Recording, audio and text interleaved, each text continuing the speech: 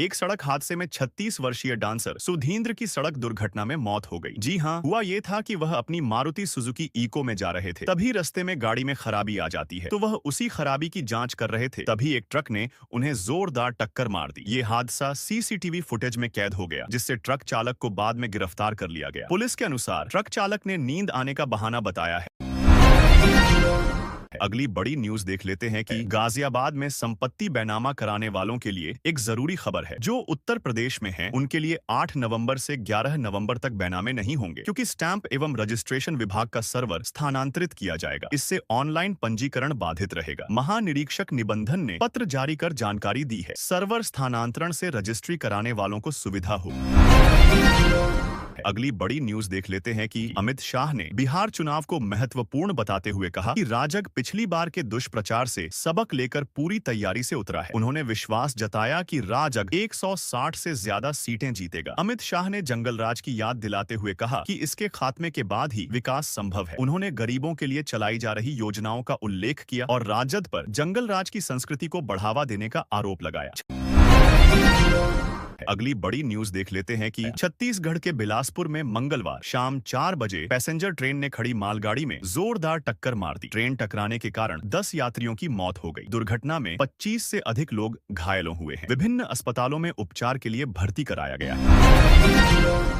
अगली बड़ी न्यूज देख लेते हैं कि बुधवार 5 नवंबर 2025 को कार्तिक पूर्णिमा मनाई जा रही है। कार्तिक पूर्णिमा का पर्व सनातन धर्म में धार्मिक रूप से अत्यंत पवित्र माना गया है। गंगा स्नान के बाद इच्छित दान करने से इस दिन भगवान विष्णु की असीम कृपा प्राप्त होती है। देव दिवाली भी कार्तिक पूर्णिमा के दिन ही मनाई जाती है। कहा जाता है कि देवतागण स्वर्ग से उतरकर पृथ्वी पर गंगा किनारे दीप जलाकर यह पावन उत्सव मनाते हैं। कार्तिक पूर्णिमा अगली बड़ी न्यूज देख लेते हैं कि उत्तर प्रदेश समेत 19 राज्यों में जीएसटी चोरी का नेटवर्क फैला हुआ है। इस नेटवर्क में शामिल बोगस फर्मों की जांच अन्य राज्यों में भी शुरू हो गई है। इन फर्जी कंपनियों के माध्यम से टैक्स चोरी की जा रही थी, जिसकी पड़ताल अब तेजी से चल रही है।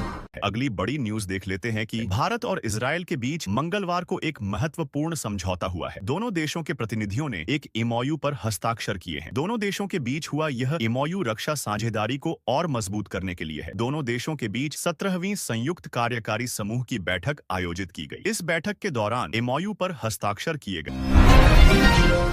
अगली बड़ी न्यूज देख लेते हैं कि चैट जीपीटी गो का भारत में 12 महीने के लिए फ्री सब्सक्रिप्शन शुरू हुआ है, जिससे उपयोगकर्ताओं को विशेष फीचर्स पहले अनुभव करने का मौका मिलेगा।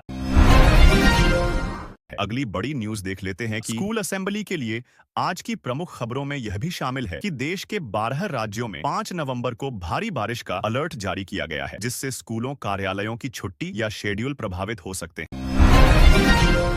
अगली बड़ी न्यूज देख लेते हैं कि आज रात आसमान में विशेष नजारा देखने को मिल सकता है। इस वर्ष का सबसे चमकीला बड्ढा पूर्णिमा चंद्रमा सुपरमून 5 नवंबर की रात दिखने वाला है, जिसे बिना दूरबीन के भी आसानी से देखा जा सकेगा।